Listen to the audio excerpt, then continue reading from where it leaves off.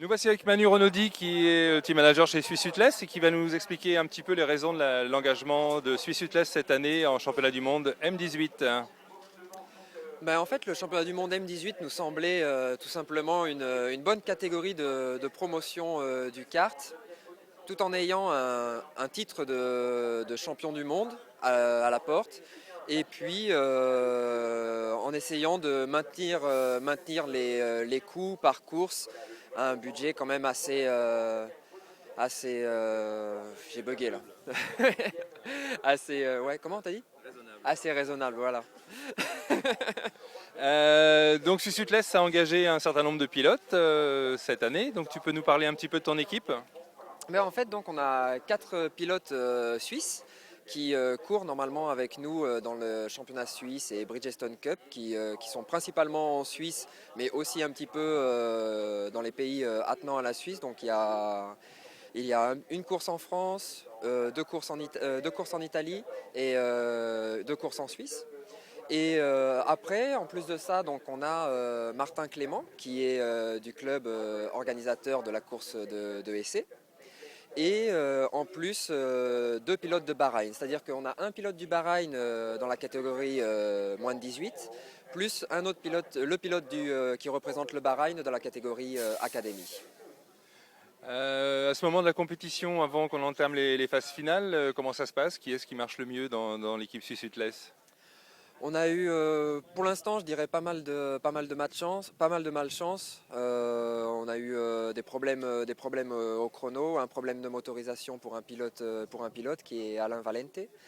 Et ou sinon, dans l'ensemble, c'est pas trop mal. C'est tous leur première participation donc à ce championnat, pratiquement tous leur première participation aussi à une course internationale. Donc il y a des points positifs, il y a des points négatifs, mais dans l'ensemble, c'est très convenable, oui. Qu'est-ce que tu penses du choix de la piste de Sarno pour le dernier rendez-vous du championnat du monde M18? Dans la solution qui a été adoptée, on va dire que c'est sûrement l'une des meilleures solutions. Parce que c'est quand même là où on aura le plus de chances d'avoir un temps appréciable début novembre, tout en restant en Europe. Par contre, je trouve ça quand même réellement dommage qu'on n'ait pas pu faire une course outre-mer. J'aurais apprécié quand même, comme il avait été prévu sur le programme, la course au Bahreïn, ça aurait été vraiment formidable. Après, je trouve ça un petit peu décevant qu'on n'ait pas réussi à organiser quelque chose d'autre outre-mer. C'est-à-dire qu'au départ, pour beaucoup de pilotes, cette course du Bahreïn était un petit peu la cerise sur le gâteau, on va dire, de ce championnat. Et du coup, on se retrouve de nouveau avec une deuxième course en Italie d'une part, et puis de toute façon une course en Europe début novembre, quoi. Je trouve ça un petit peu dommage. Par contre, dans le choix de prendre la piste de Sarno comme piste européenne, je trouve ça un très bon choix, oui. Quand tu dis que c'est dommage de ne pas aller outre-mer, enfin sur un autre continent, tu parles d'un point de vue sportif ou d'un point de vue commercial, ou peut-être les deux? Les deux, c'est-à-dire que d'un point de vue sportif, parce que c'était bien pour les jeunes de pouvoir aller faire une course justement outre-mer, d'aller faire un voyage, tout simplement un grand voyage, aller voir réellement autre chose, une autre culture, voir rencontrer d'autres personnes.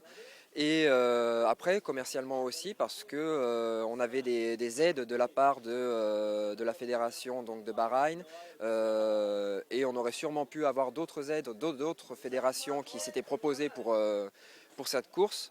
Et que du coup, maintenant, on se retrouve à une course à Sarno où tous les frais de transport, mécaniciens, hôtel restent à notre charge. Et une course donc européenne où un marché est déjà encombré de marques. En faisant une course dans un pays outre-mer, c'est clair qu'on pouvait espérer rencontrer plus de monde et essayer de développer aussi un marché qui n'était pas forcément déjà encombré, quoi. D'accord. On observe un petit peu les cartes Suisse-Utless. On a noté que le nom des pilotes était écrit également en arabe. Tu peux nous expliquer un petit peu cette particularité assez étonnante quand même? C'est-à-dire que vu que le président donc, de la CIK et du Bahreïn, que nos pilotes sont du Bahreïn, on trouvait que c'était tout simplement bien de faire une petite remarque à ça, et puis tout simplement de faire quelque chose d'un petit peu différent, quoi. Et pour terminer, tu peux nous présenter rapidement, avant qu'on aille l'interviewer, ton pilote du Bahreïn justement en M18? Donc il s'appelle Abdullah Al-Tawadi. C'est un très jeune pilote. Il a commencé donc la première fois une course en Europe à Ortona. C'est encore, comment on va dire, c'est un style de pilotage qu'on n'a pas l'habitude de voir en Europe. Donc lui doit s'adapter, nous on doit s'adapter. Et puis à la fin, il est en train de vraiment progresser. Au départ, il a commencé avec vraiment du retard sur les autres. Et maintenant, hier, il a commencé à se battre vraiment avec d'autres pilotes sur course, commencé à doubler, et ainsi de suite. Donc non, il progresse bien. Et c'est bien de voir aussi une autre mentalité, une autre culture. C'est agréable. Merci Manu et bonne chance à Swiss Useless, à bientôt.